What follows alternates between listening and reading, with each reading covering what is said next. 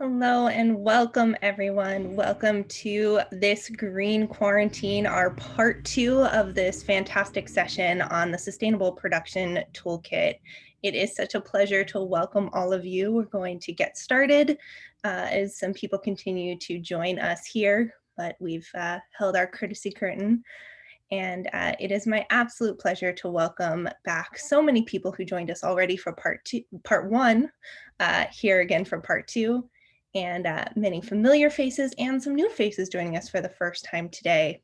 I wanted to just take a moment here at the top to say that this session holds a particular space in my heart as I see so many people from around the country represented here, many of whom I've worked with.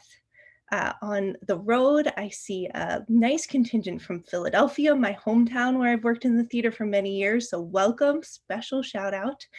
And I wanted to welcome you all and just say a quick note that I think I personally first found my environmental activism on the road, on tour, in many of the cities where all of you are sitting and calling in from. And I think that's special because when I discovered it, it was in these places where I saw the climate crisis manifest in many different ways. And in particular, when I was touring, I saw that theater, what I loved to do, was having an impact on that in these cities in different ways, where sustainability was being addressed in different ways. And when we came in, we were complacent in that. We didn't really do that much. And we came in and we did our art and we left. And I wasn't okay with that. That didn't sit well. And it didn't sit well with many of my peers. And I know it doesn't sit well with anybody on this Zoom call. And it brings me a lot of joy to be in that company and to be in the company with all of you who are taking an hour out of your summer day to be here and learn from this esteemed group of panelists we have to speak with you here today for part 2. So with that, you have to give me a minute to play with my toggles here so I can introduce our panel properly after my screen share. So I am thrilled to introduce our panels. We have Michael Banta, who is the production manager for the Barnard College Department of Theater. We have Lauren Gaston, who is a freelance costume designer and illustrator. She designs for theater, dance, opera, and works in TV film as a background fitter and costumer. We have Sandra Goldmark, who is a set designer and professor at Barnard College, where she serves as the director of sustainability and climate action. We have Edward T. Morris, who is a set and projection designer, lecturer at the New School, and a member of United Scenic Artists Local 829 and Wingspace Theatrical Design. We have Elizabeth Mack, who is a lighting and projection designer. And we have Danielle Worley as our moderator. She is a scenic and garden designer, activist, educator, and much more. So with that, I'm going to turn this over to Danielle to moderate our panel today.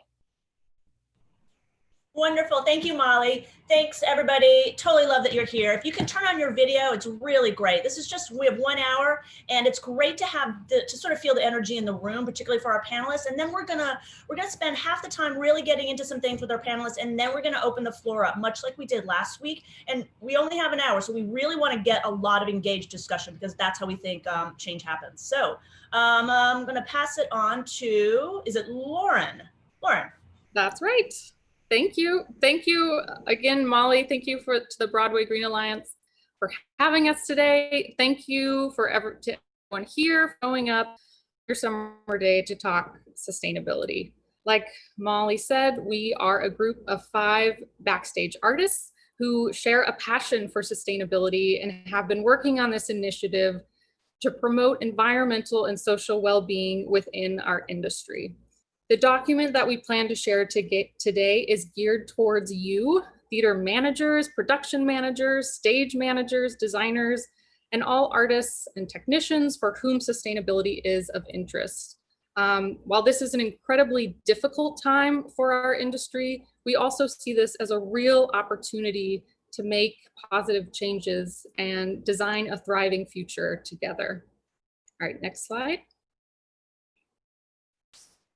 We've organized this toolkit in a series of modules, ranging from connecting to the work of sustainability to your organizational mission, to specific budgeting templates to reduce emissions.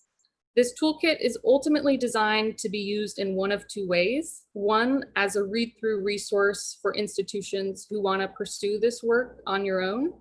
And 2, as educational workshops facilitated by our team where we take a deeper dive with you. And we'll talk a little bit more about that at the end of our presentation.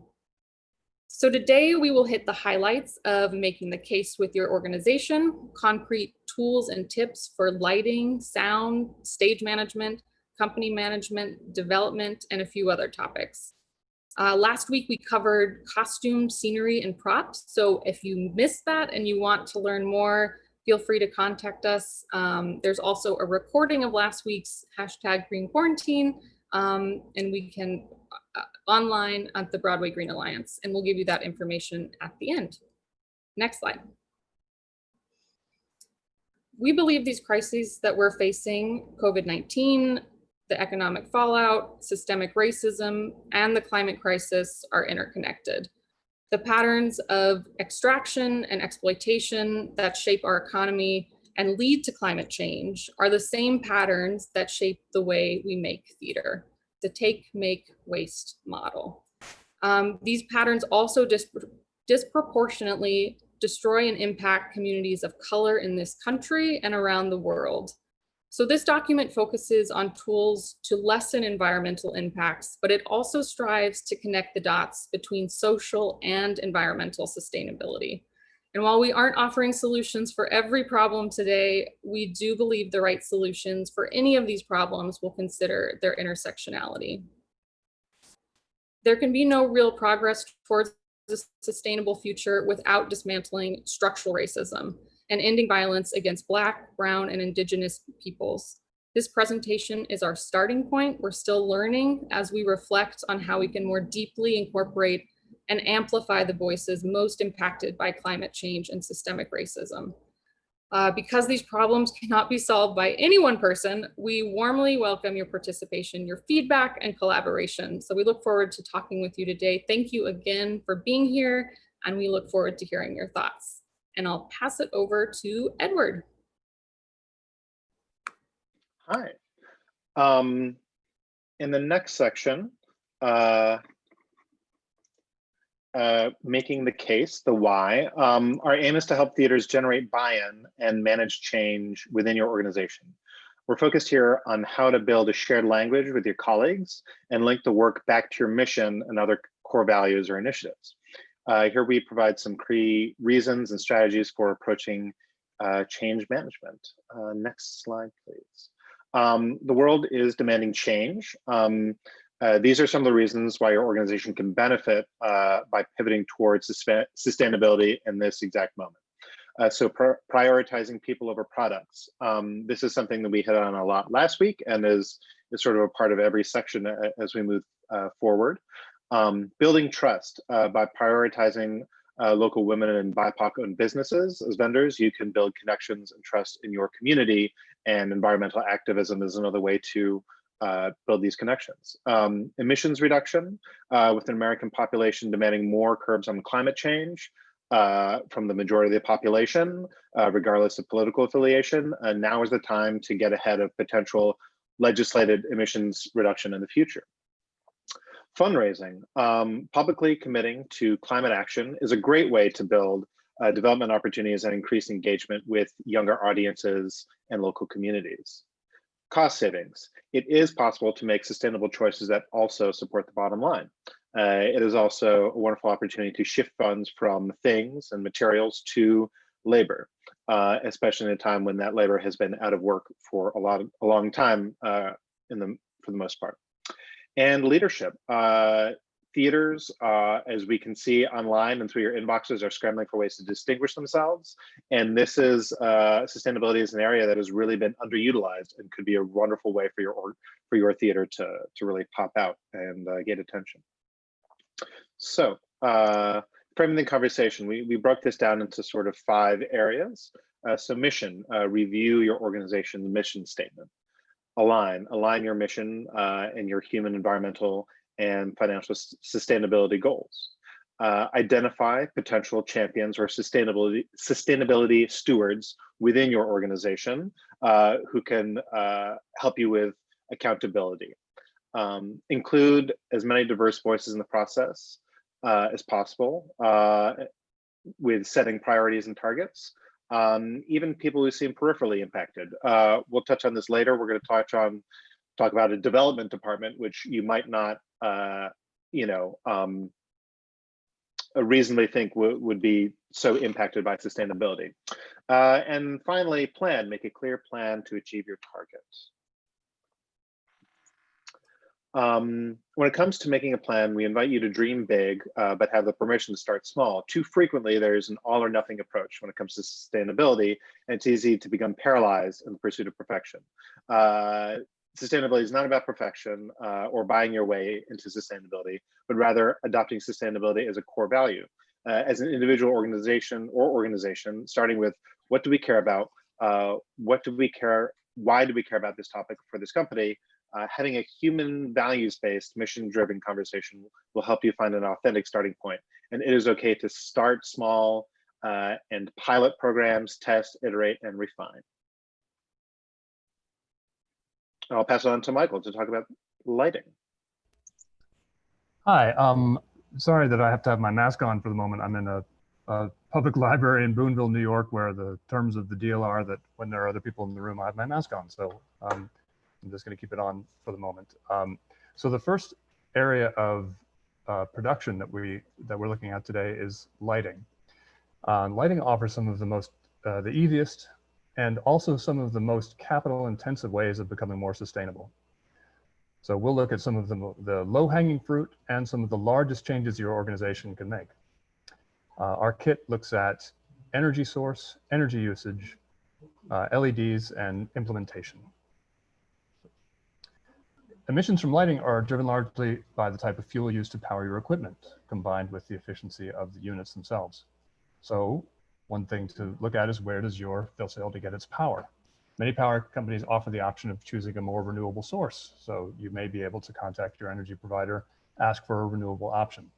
You can ask if there's a discount or incentive for nonprofits.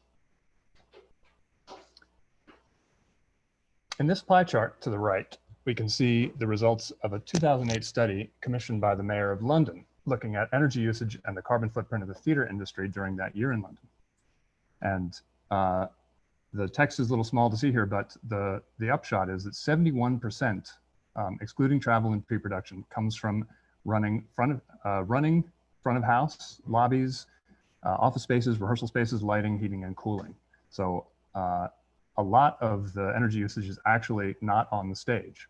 So there are some immediate practices you can put into place, like reducing heating, cooling, and lighting during occupied and unoccupied hours.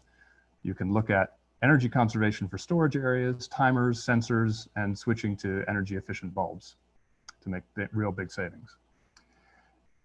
Now, as for stage lighting and design, which I'm sure is a topic of interest to a lot of people on the call, there's a resource called White Light Green Guide, which we link in our kit, which is a great resource to think about your design practice. Things such as weighing the balance between using up the older equipment you have already in stock and renting and trucking newer, more efficient LEDs. We should also think about the purpose of every light hung, how many systems and spares you really need, and how much time different bulbs take to power on and off.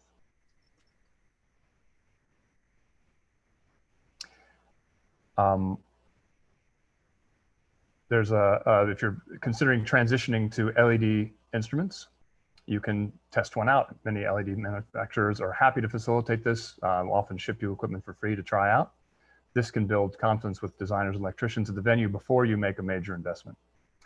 Transitioning to LED instruments will bring down your energy costs in lighting by 80% or more.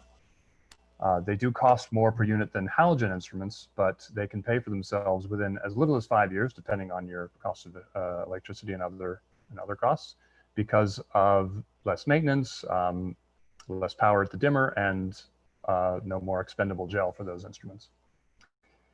And with LEDs, you can have fewer lights in the air than with a conventional system. You don't need to hang separate warm and cool front light systems because you can have those lights come from the same color changing instrument. Next. So if you have built enough buy-in with your staff to transition to LEDs, we have an order to recommend that you make the transition. This is recommended by Curtis Casafang, who I believe is on the call today. So hi, Curtis, thanks. The first low-hanging fruit is your rehearsal room lighting, which is probably used much more than any stage light.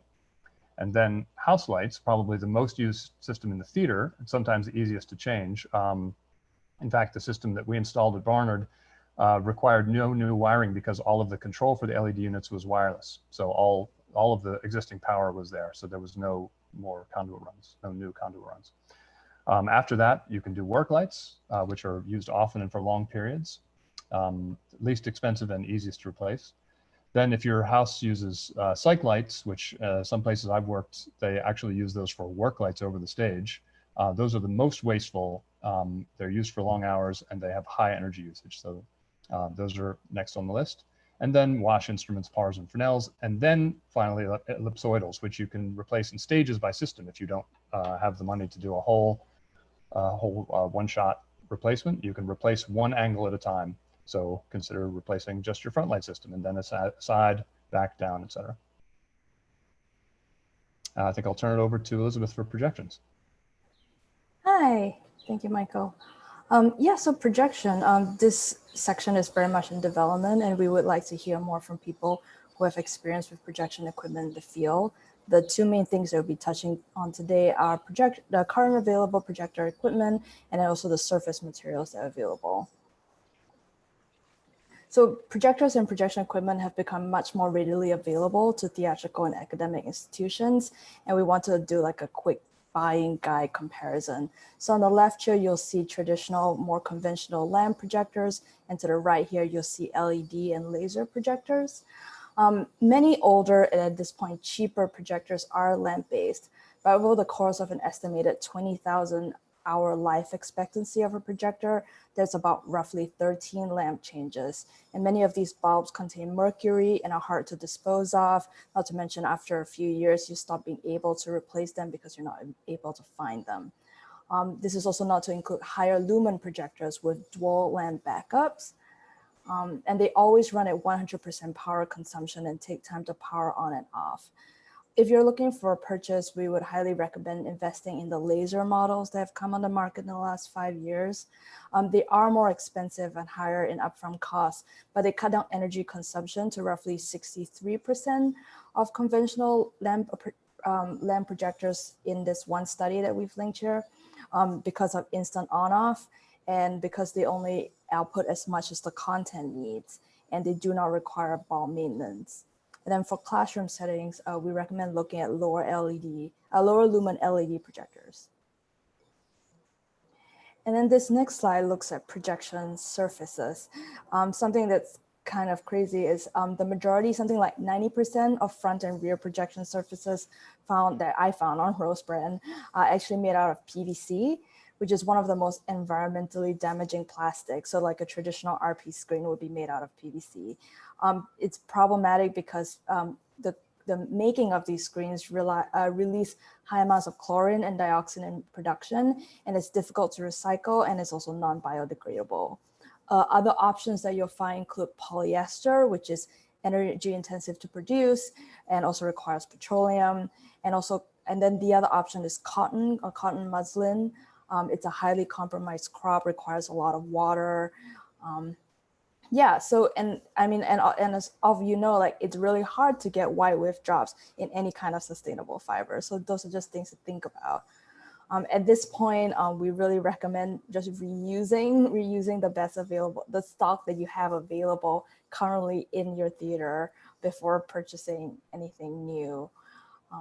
And then the last thing that's not on the slide that we did want to pose as a question is we haven't started looking at the idea of like, is the idea of projection at all a replacement for changing scenery?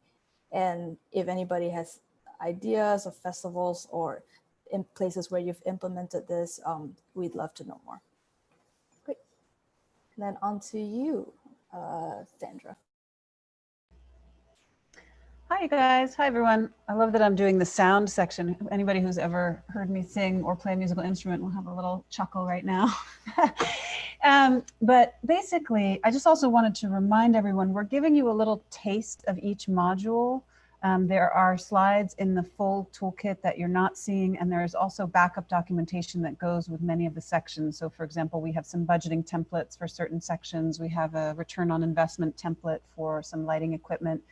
We're trying to give you the highlights to give you a sense of what each module has. So sound, also, as Elizabeth said, like projection, sound is a bit under construction, but it relates closely to both lighting and projections in the sense that your basic two things that you're going to be considering are the energy source that's powering your equipment and where you're sourcing your equipment. How energy efficient is it? How do you dispose of it? Can you get it used, etc. Plus, there's a question of batteries and sound. So let's go to the next one. So this slide in the sound section talks, is giving some tips on how to source batteries, how to switch to rechargeable, and how to think about disposal. Though, of course, rechargeable is much better. So that's a little brief overview of sound in a sense of how we're hoping to help theaters break down each category into bite-sized chunks. So instead of saying all of sound, to think, okay, it's about energy source, about equipment, and then batteries. So that's it for sound. We're on to Edward. Hi. Great. So for stage management, these all seem to be B's, but we have buy-in, budget, be a voice. And then we're going to review some best practices. I should also say this wonderful Green Quarantine series has a stage management, other full hour stage management specific videos. So I highly recommend going back to where you clicked on to access this to find those. So next slide. So a main reason is don't try to act alone. Build a buy-in from the producing, production management, and general management from the very beginning. The Broadway Green Alliance, again, is a wonderful resource for this. They have a Green Captain and a College Green Captain project. As the College Green Captain title gives you the idea, you don't have to be on Broadway to use a lot of the wonderful resources there. So you should budget time to acquaint the company with the theater's sustainability goals. So advocate for funds to support sustainability goals if needed, like purchasing composting bins or signs. Participating in a locally run composting program for your rehearsal room, your backstage areas is a great way to make a connection in your community where your theater is at. So, you know, there are many more of these, but here are just some really great easy tips for stage and company management can start using right away. Lowest hanging fruit here is, you know, print double-sided wherever possible if you have to print it all. In the rehearsal room, use reusable plates, cups, and utensils wherever possible. So, you know, stage managers can do this throughout the rehearsal process, but company management can pay particular attention to meet and greets, you know, first rehearsals, etc. Don't use disposable water bottles in the room. Encourage the company to bring in their own Nalgene bottles and see if the theater will support buying reusable ones for cast members who don't have them. This can go even down into first aid kits, so avoid chemical ice packs. Use frozen peas or bags of ice. They don't have the toxins in them that the regular break apart first aid kit ones have. Easy things to do are post reminders in your dressing rooms and offices, reminding company members to turn off lights, electronics, and air conditioning when they're not in use. You can add a green tip at the bottom of every rehearsal schedule, rehearsal report. Yeah. So here's a wonderful example of how company management, stage management worked on the Broadway show Wicked to create a backstage without the piles of paperwork that are usually on the call board. So everything from contact sheets to comp ticket signups were available online. Google Forms sent requests directly to the stage management team. So there's electronic trail, and no actor could say that they put something up that then wasn't found later on with a paper trail. Yeah, that's what we have for stage management.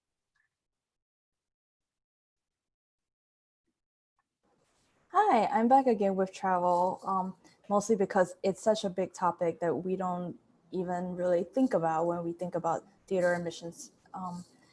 Yeah, and the topic is really big, but we thought that was important to mention, and we talked about it last week, but important to talk about it again. So admissions and travel, our industry necessitates that we gather in one place. And while that's a really good thing, we need to think about the greenhouse gas emissions related to how artists, staff, and audience arrive and depart from a performance venue. A study by Julie's Bicycle in 2008 on the UK music industry shows that audience travel accounted for 43% of its emissions. The International Civil Aviation Organization has an air travel emissions calculator if you're curious to start calculating what your impact is. But ultimately, at the end of the day, like this topic of greenhouse gas emissions related to travel to your venue it necessitates having larger artistic conversations with the entire organization. Who are the people that the theater is hiring and where are they based? Where is your venue and how do people get to and fro from there? And what is your operating model? A model often proposed for travel is the avoid, reduce, replace, offset model. And these are ranked from the most transformative to the least transformative for reducing emissions. So some examples of avoid is how can you avoid making emissions in the first place? Can artists be housed close to the rehearsal and performance spaces? Can you hire more local artists? Reduce, what is your theater's operating model? If it's touring, how much are you touring? How long are you staying there? And what are you bringing? What kind of programming are you doing? Is it all in person? Can it also be streamed? How is your audience getting to you? Can you offer them public transportation deals? How can you incentivize artists to take slower transport? Replace. There are fly or drive calculators to estimate what mode of transportation might do the least harm. In this chart, we can see that one BBC study looked at CO2 emissions per passenger per kilometer. There are general rules like planes are worse than cars, which are worse than trains, but actually there are also no hard and fast rules. Some trains are worse than others, and a full or direct flight might be better than driving alone cross country. And then the last step in the model is carbon offsets. Offsetting carbon emissions means paying to compensate for your greenhouse gas emissions by canceling out emissions in another part of the world, often the parts that are hurt most from developed nations. Some airlines like JetBlue, British Airways, Delta, United, Qantas already participate in these offset programs, and the programs go towards funding things like renewable energy projects, methane capture projects, and tree planting projects. If you're looking for offset programs to partner with, look for ones that are certified by reputable groups like the Gold Standard and Green E. Some theaters add an option for audiences as part of checkout or as part of their subscription package to pay a small fee towards offsetting the audience's estimated transport, which can be estimated using travel offset calculators.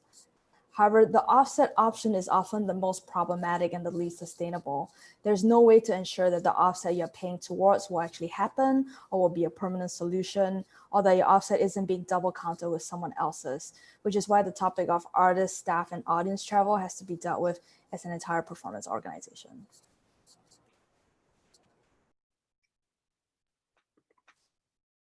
Thanks, Elizabeth.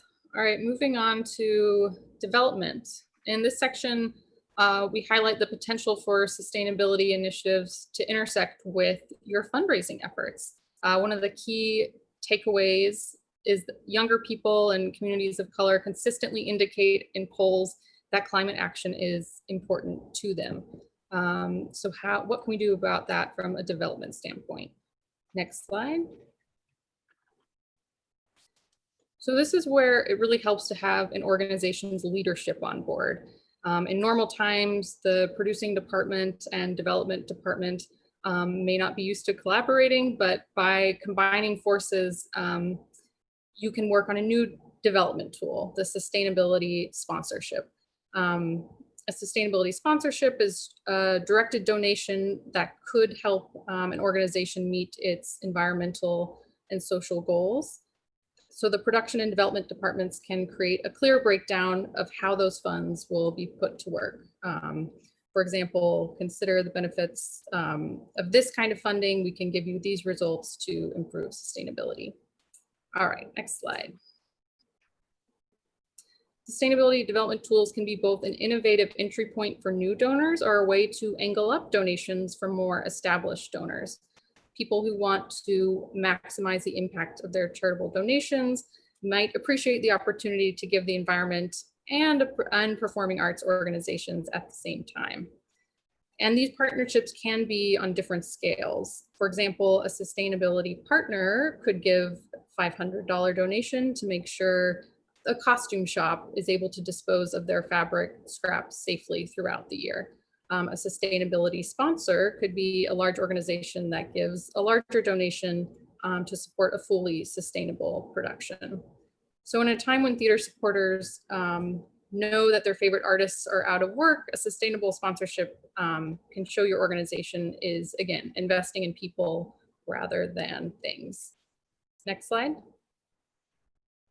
So just a few things to highlight about the benefits of this kind of sponsorship. It's a great way to signal to your community that you have sustainability as a core value. It's a great way to honor artists as facilitators of change. And again, like we mentioned in the beginning, a great way to tie it back to your mission and live into those values. All right, I'll pass it off to Sandra. Hi again. Okay. We are not going to show you additional resources, but we are going to scroll through this so you can see, and we're going to bring it back to a question that has come up again and again in our conversations about the toolkit and in the first section that Lauren presented, making the case, which is a lot of people have said to us, how do we know, okay, we know what to do, or maybe you've told us in this toolkit some things we might do. The question is, how do we do it? How do I have this conversation with my team? How do we make the case and make this a priority in our organization? This is it. This is the million-dollar question for theater and for the world, in my opinion. There's, of course, not a one-size-fits-all solution.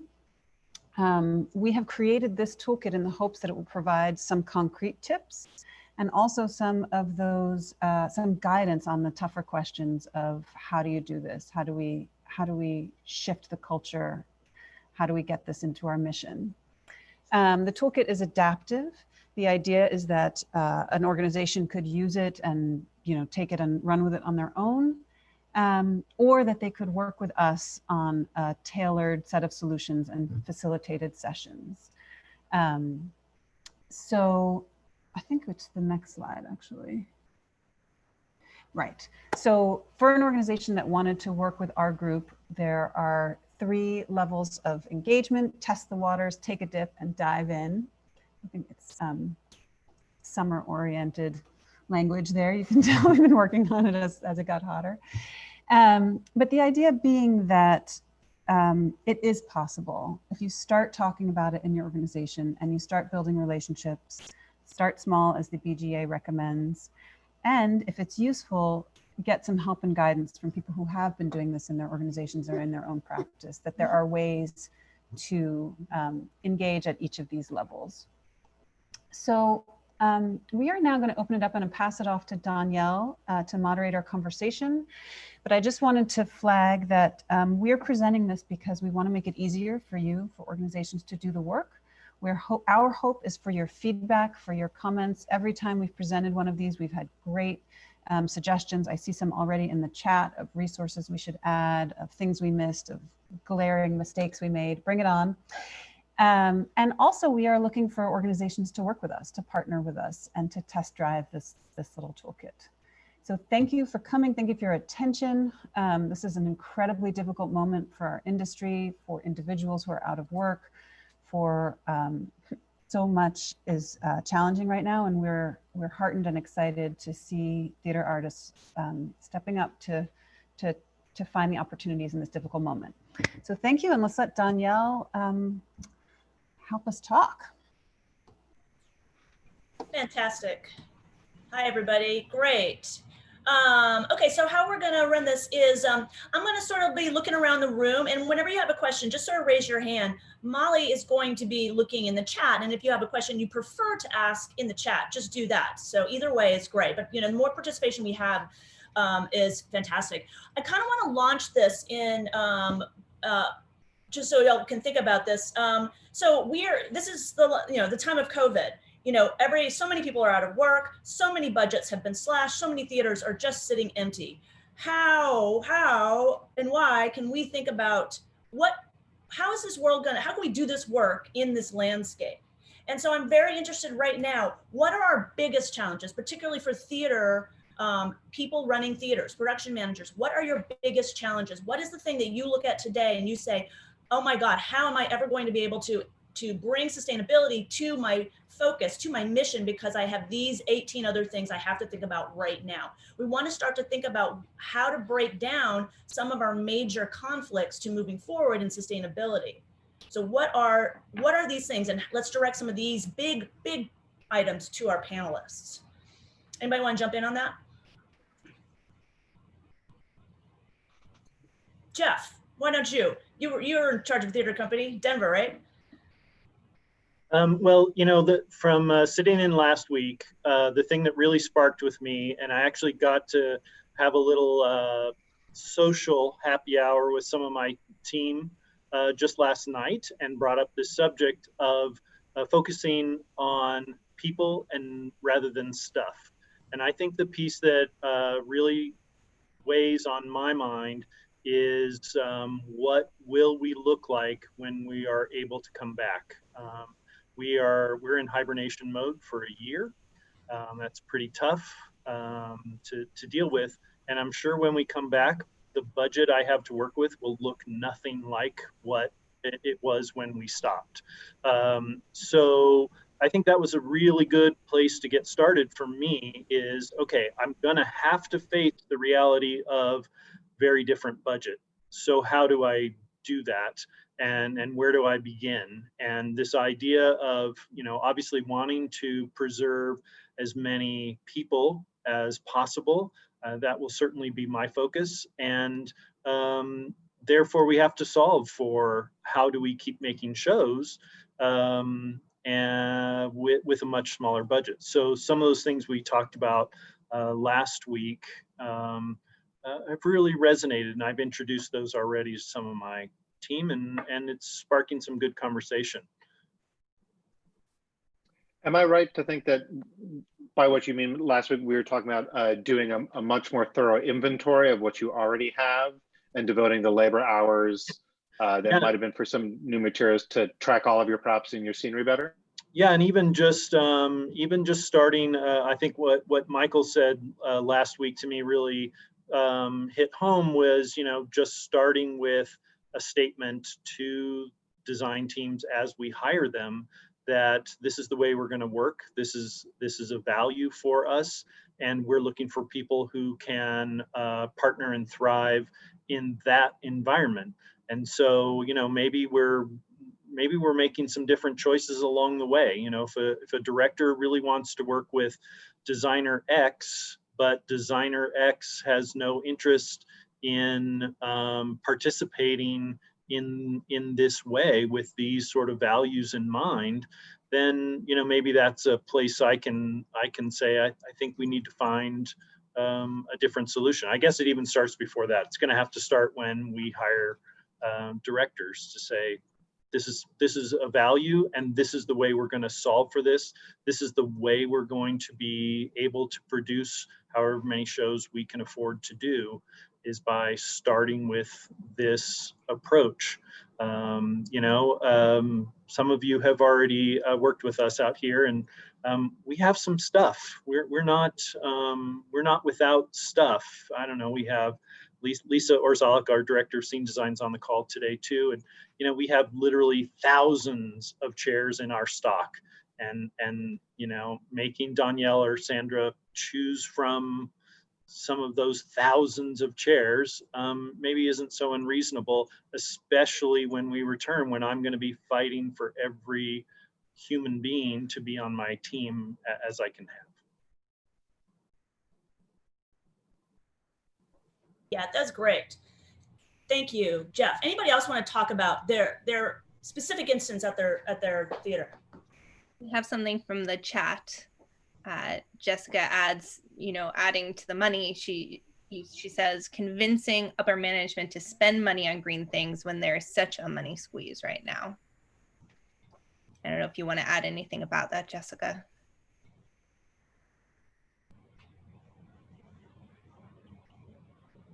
Yeah, okay, great.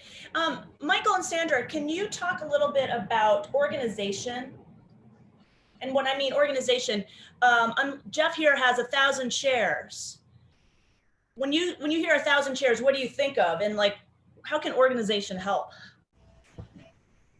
Well, I think of a sort of Raiders of the Lost Ark warehouse where you just go down aisle after aisle. That's what it's like there. Yeah, I figured it must be. Well, I think that's something that we're grappling with, is trying to do a better inventory so we can present some digital information that doesn't involve trudging around. Well, in our case, it's just walking to different storage spaces on campus, but that seems like a great start. But for us, I think I mentioned this last week, we usually, when possible now, of course, we're in New York, it's maybe a little different, and it doesn't have the same travel impact very often that Elizabeth was talking about. But I like to start with a site visit with the designer and walk around and say, look, we have this, look under here, we have these things. In the facilities owns these tables and chairs that I can probably beg for 2 weeks and that kind of thing. So really seeing what's in place is important in terms of what the greater organization has to offer. But I don't think that's what you mean by organization, Danielle.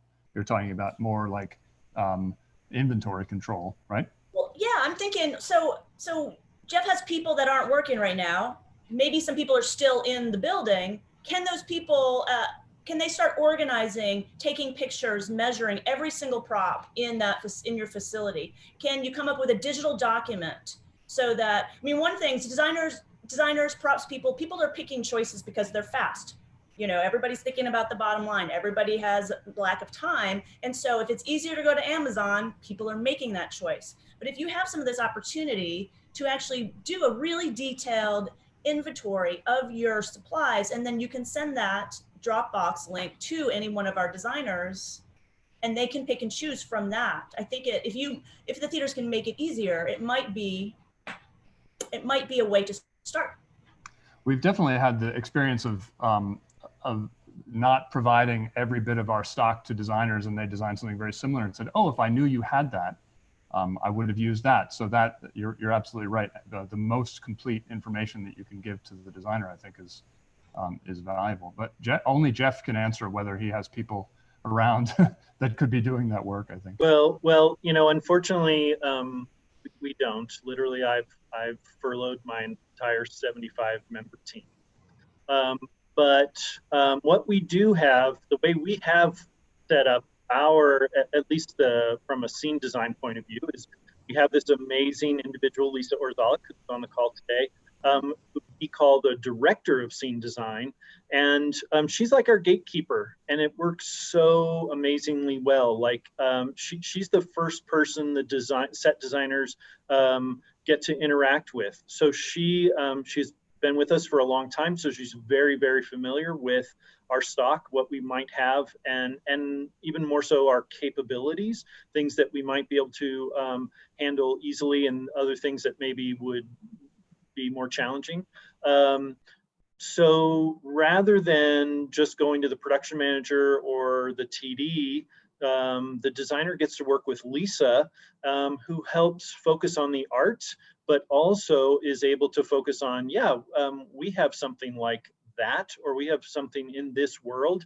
And we're pretty fortunate that we do have a pretty good, you know, digital inventory already. So Lisa can then send 100 pictures to Sandra and say, here's all the dressers we have that you can turn inside out and upside down to turn into your set for Book of Will. Pivoting just slightly from, I mean, scenery and props are wonderful. It's what I do, but I think there's a great deal of value, especially right now, just speaking to Danielle's original question, is like, you know, the arc of history, we should hope, is towards more sustainability and more environmental activism. So I think there's a great opportunity to even, and unfortunately, some of my fellow panelists might not like this as much, but to like just thinking small, even just planning, just sending some of the groundwork, because when we do get back up and running, they're going to be worried about juggling 4 productions and getting them in their venues. If they do just a couple of weeks of research and inventory now, just to like set up a template, see what a template looks like for their organization, because of course it has to be tailored for this size and scale and everything. So that like 3-4 years from now, when there are, you know, more mandated targets or to access government funding, they'll have to hit certain targets. They will have already had a couple weeks of groundwork. So I think that's a real benefit for the skeleton production management staff that's still working right now. I just wanted to add on to that, on what and sort of raise up what Jeff said too about something like that, like the idea of a statement, even a small statement in the informational material that you send out when someone is hired is so impactful, is so powerful, and could make someone like Lisa, hi Lisa, make it easier for her to say, hey, no, there's a reason why we're suggesting these chairs. And it's something that we have communicated and shared with you already. Also, could you figure out how long this job would take? Is this job a 1-week job? Could potentially you raise some money for this one specific job just to digitize your prop inventory? And think about, you know, put $1 to what that is and see if you can raise money for just very specific targeted programs that you can do in this COVID time, because this is a great time for making these changes. Tamar, I think you had a great question there. Do you mind unmuting yourself? Oh, hi. Hi. So I am, hold on, I can turn on my video. I am the lighting director at Baltimore Center Stage, and not just in, not just in lights, but in other departments as well. Like, I've experienced if designers are given a budget, they're going to use it.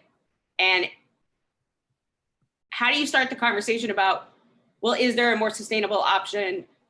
Could there be something utilized from stock to serve this purpose? How do you start that conversation with a designer who is coming into our company not really trusting that we can do something?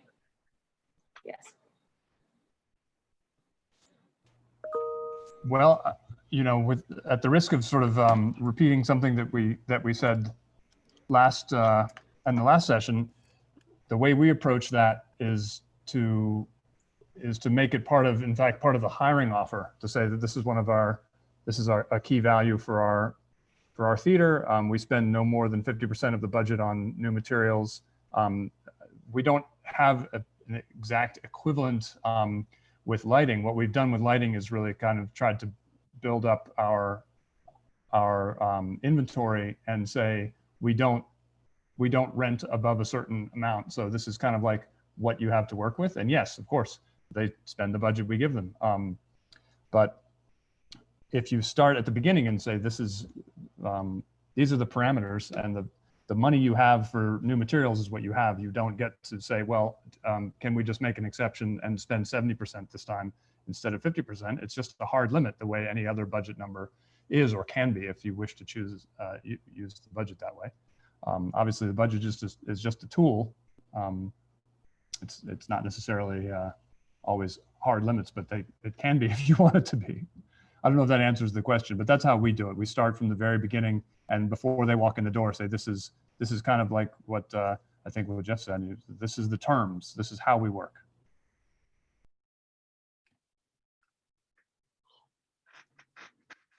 And I think production managers, I think production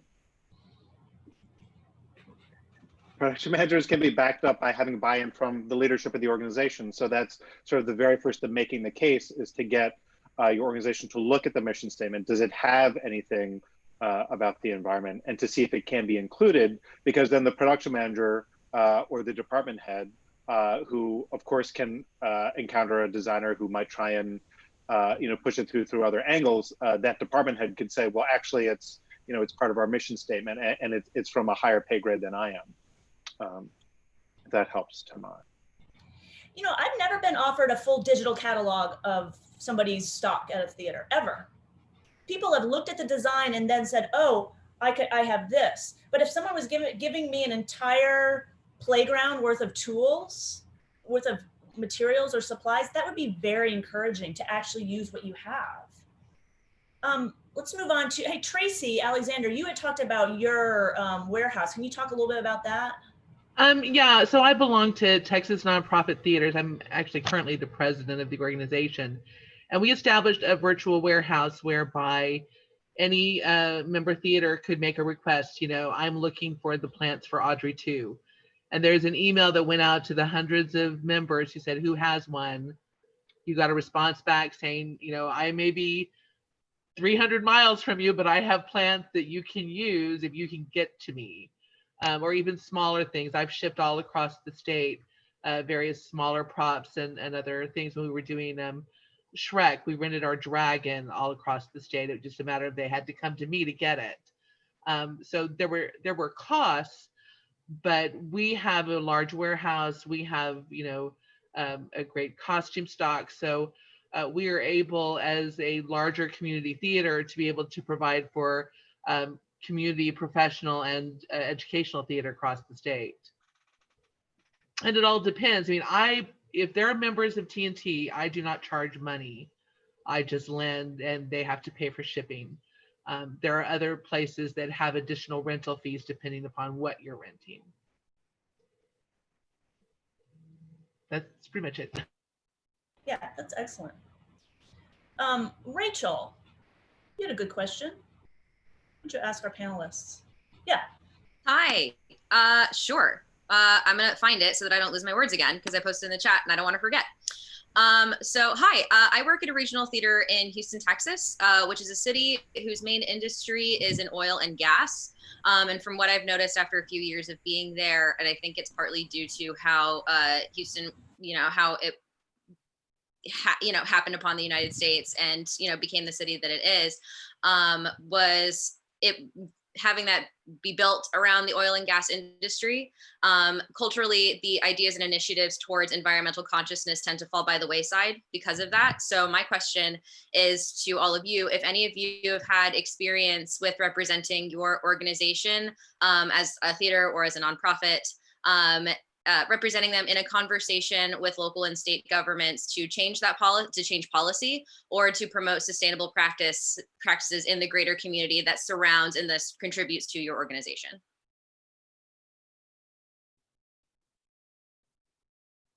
Great question. Who wants to tackle this, panelists?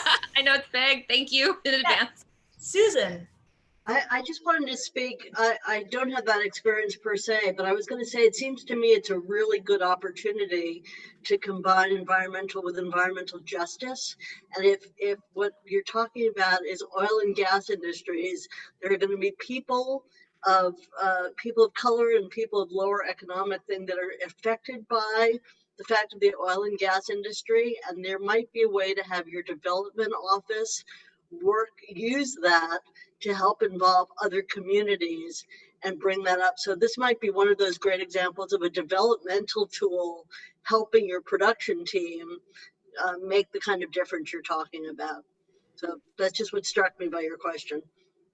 I'm in Midland, and we're in the middle of oil and gas as well. And we tend to, Rachel, look at things like, it's not necessarily about the environment, because that will just get you labeled all kinds of crazy out here.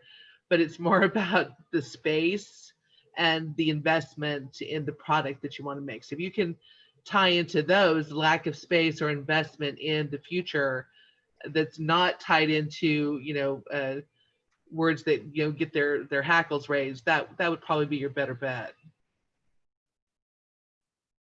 I'll jump in here for a second as well. It's a fantastic question. And I think this is where we have a lot of different tools at our disposal as theater folk and as theater folk who have, from all different departments. But this is where our ability to amplify the voices of those around us, as Susan and Tracy mentioned, finding those partner organizations in your community in order to amplify their voices using our tools, right? The ones that we're really good at. So I did this when I worked in under-resourced community. I went out and there were a lot of fantastic groups working in my community who were specialists in what they did. And what we were storytellers. And so we amplified them in our lobby space, on our stage. And right now we can, in our virtual stage. And I listened to them and I would go and support them in the community, in our town hall meetings and in those very long, boring town hall meetings. And we would go as great speakers, right? Or as great organizers. I'm a stage manager, I would organize. So whatever your tool set is, I think we can use our tools as theater artists to support those who are doing the work in the community. And then I added in the chat that we did a green quarantine early on that was about carbon dividends and carbon pricing, but we have a great speaker in there who talks a lot about how to use your voice, especially during this time, couch policy influence, I like to call it. And so I definitely recommend, if you're interested in that, going back to that green quarantine and also joining us next week when we're going to have a fantastic speaker on environmental justice. And I'm certain she'll touch on some of these topics as well. Thank you all very much. Cool. We have some other questions from the room.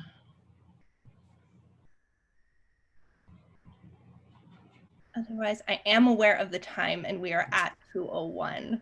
Ooh. I know, that happened so fast.